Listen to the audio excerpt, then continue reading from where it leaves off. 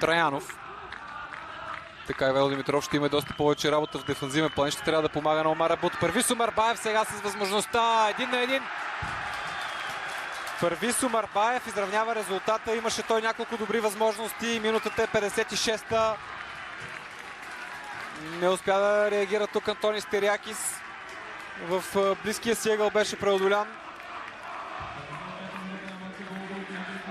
Локомотив се връща.